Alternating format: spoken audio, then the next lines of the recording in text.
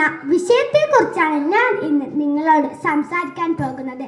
ശുദ്ധജലം, മണ്ണ്, വായു, വൈവിധ്യമാർന്ന സസ്യ ജന്തുജാലങ്ങൾ.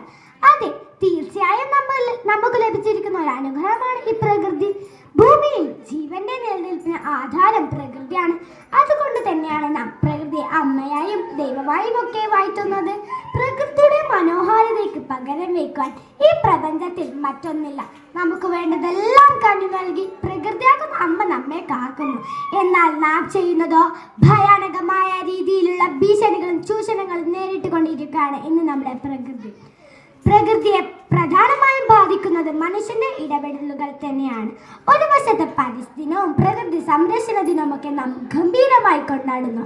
എന്നാൽ മറുവശത്ത് കുന്നിടിച്ചും വയൽ നികത്തി മണലൂറ്റി മലിനീകരിച്ചും നമ്മുടെ പ്രകൃതിയുടെ സ്വാഭാവികമായ സന്തുലിതാവസ്ഥയെ ഇല്ലാതാക്കുന്നു. നമ്മുടെ അമ്മയെ മുറിവേൽപ്പിക്കുന്നു.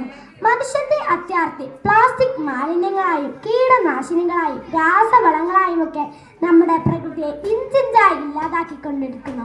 നമ്മുടെ ജൈവ വൈവിധ്യത്തെ, മലകളെ, പുഴകളെ വേരോടെ പീതറിയുന്നു. ഫലമോ ആവർത്തിച്ചു വരുന്ന പ്രകൃതി ദുരന്തങ്ങൾ, മറ്റു പരിസ്ഥിതി പ്രശ്നങ്ങൾ. അതുകൊണ്ട് പ്രിയപ്പെട്ടവരെ, വികസനം അനിവാര്യമാണ്. എന്നാൽ ഈ വികസനം നമ്മുടെ പ്രകൃതിയെ കാർന്നു തിന്നുകൊണ്ടാവരുത്.